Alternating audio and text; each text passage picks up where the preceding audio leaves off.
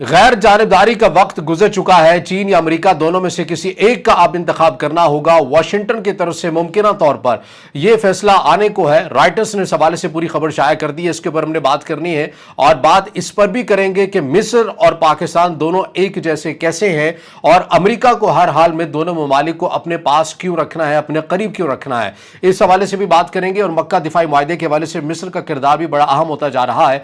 ये 2 से 3 डेवलपमेंट्स है जिनके ऊपर आज के इस व्लॉग पर बात करेंगे। तो आगाज करते हैं आज के इस व्लॉग का। अस्सलाम वालेकुम। आज तारीख है 16 अगस्त 2026 और मैं हूं रजा अब्बास। आपसे दरख्वास्त के वीडियो को लाइक और चैनल को सब्सक्राइब जरूर कीजिएगा।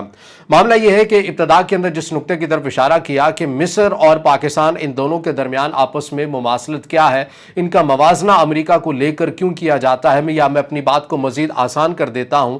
वो ये कि अमेरिका के ताल्लुकात जैसे मिस्र से हैं वैसे ही आपको पाकिस्तान से नजर आते हैं। अगर आप मिस्र का जोग्राफिया देखें, अगर आप पाकिस्तान का जोग्राफिया देखें, अगर मिस्र के अवामी मजहबी जज्बात को देखें, अगर आप पाकिस्तान के अवामी मजहबी जज्बात को देखें तो दोनों की एक जैसी सूरत हाल नजर आती है। अगर आप मिस्र की मईशत को देखें, पाकिस्तान की मईशत को देखें तो इनके अंदर भी बहुत सा मवाजना जो है नजर आता है और साबिका और मौजूदा पॉलिसीज के अंदर बहुत हद तक मुमासलत भी नजर आती है।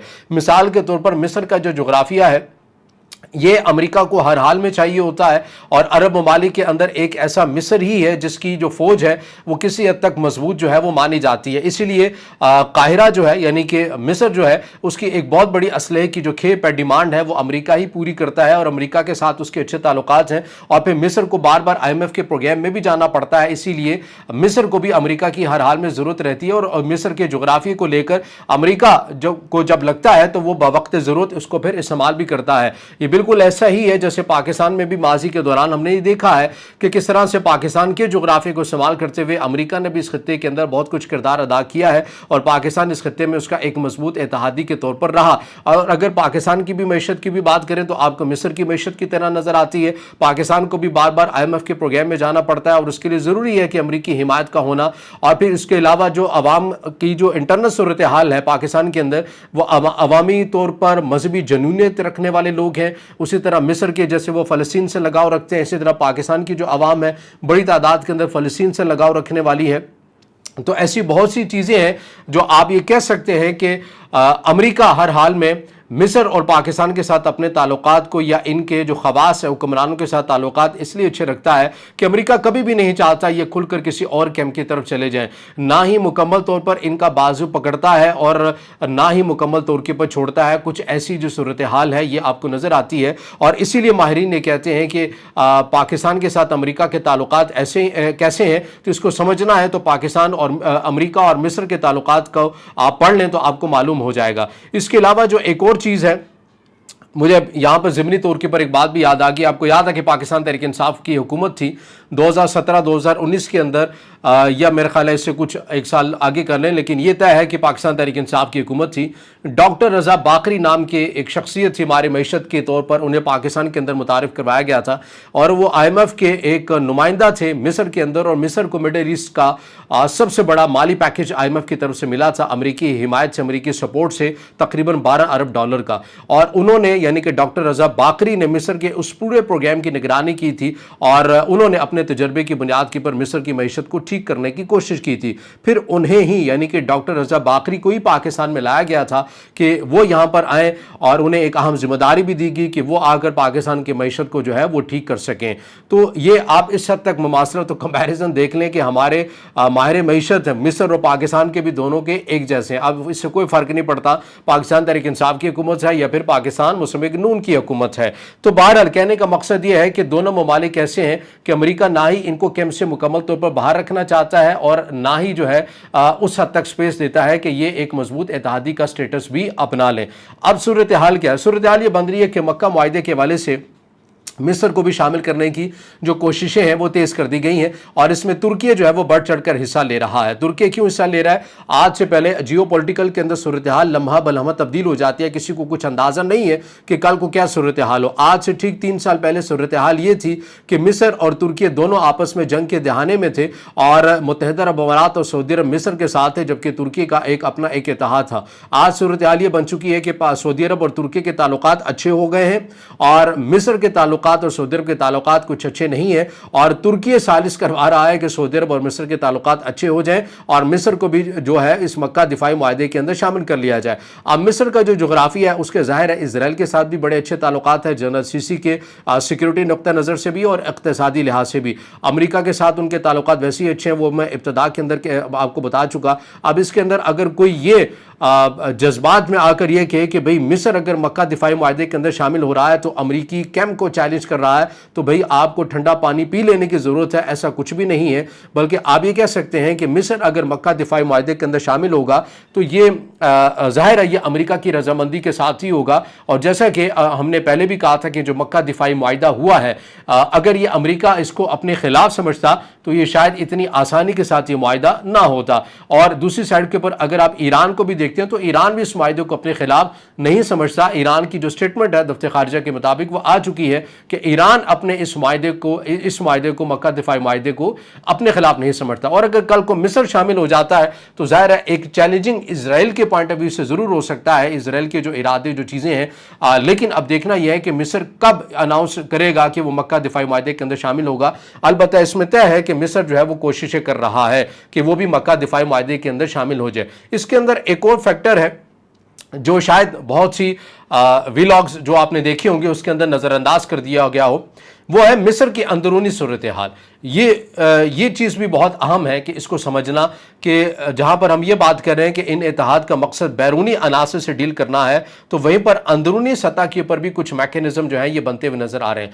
ये याद रखिए कि मिस्र के अंदर जो अवामी जज्बात हैं वो हुक्मरान के मुताबिक नहीं है, हुक्मरानों को पसंद उस तरह से नहीं करते हैं।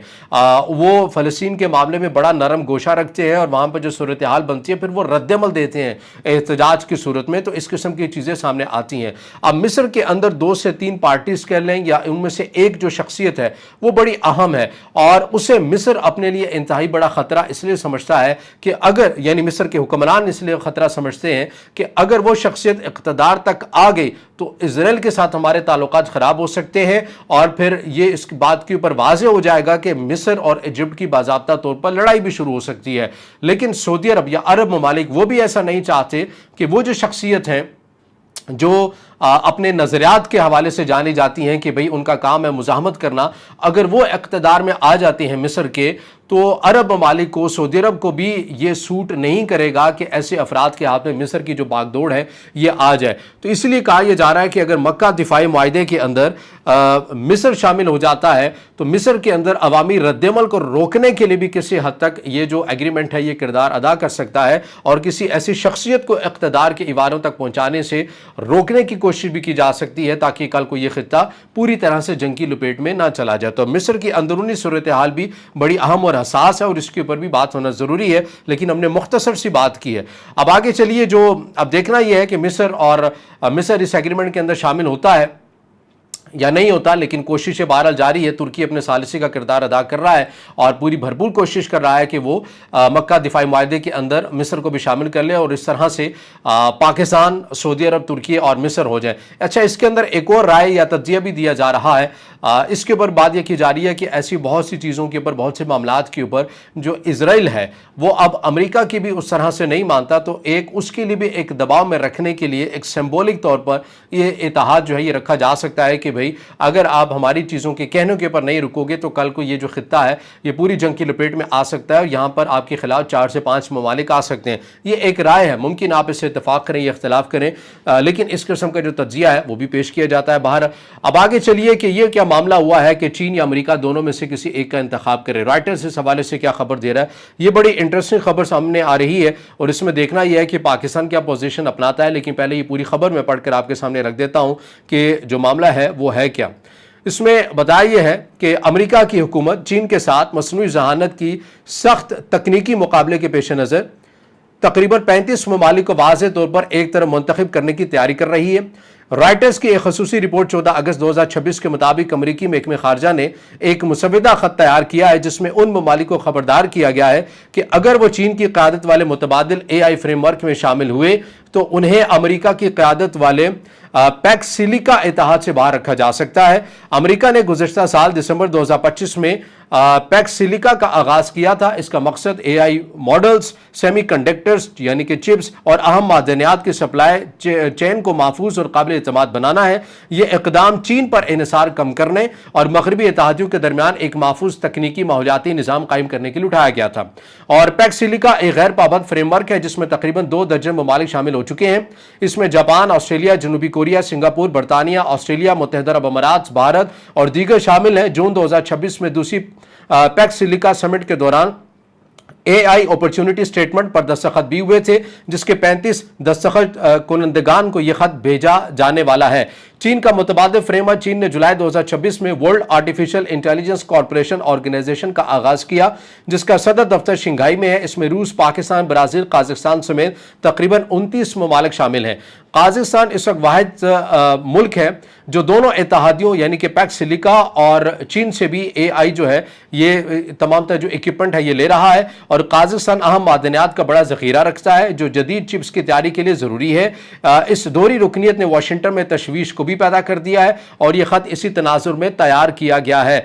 और मुसविदा खत में कहा गया है कि हर चीज़ का हिस्सा बनना दरअसल किसी चीज़ का हिस्सा ना बनने के बराबर है। और पैक्स सिलिका डिक्लेरेशन पर दस्तखत सिर्फ रुकनीत नहीं बल्कि एक आज़म भी है। ममालिक से कहा गया है कि वो एआई के मामले में सोच समझ कर फैसला करें। चीन का नाम बरह रास्त नहीं लिया गया, लेकिन वाज़ेह तौर पर कहा गया है कि मुतज़ाद इक़दामात वाले फ्रेमवर्क में बैक वक्त शामिल रहना मुमकिन नहीं है। मौजूदा सूरत हाल महकमे खारजा ने इस लीक शुदा मुसवदे पर तबसरा करने से इनकार कर दिया है, यानी कि अमरीकी महकमे खारजा ने, और कहा है कि यह अंदरूनी दस्तावेजात है, अभी तक ये वाज़ेह नहीं कि खत कब भेजा जाएगा। तो अमरीका दरअसल ये कह रहा है कि भाई ये नहीं हो सकता कि एआई के मामले पर आप अमरीका के साथ भी हाथ मिलाएं, चीन के साथ भी हाथ मिलाएं, ऐसा नहीं हो सकता। कीमती मादनात के मामले पर ऐसा नहीं हो सकता कि आप अमरीका के साथ भी एग्रीमेंट करें और चीन के साथ भी एग्रीमेंट करें। आपको दोनों में से एक का इंतखाब करना होगा, फिर अमरीका उसके मुताबिक उस मुल्क को डील करेगा, उसके साथ वैसा ही बिहेव करेगा।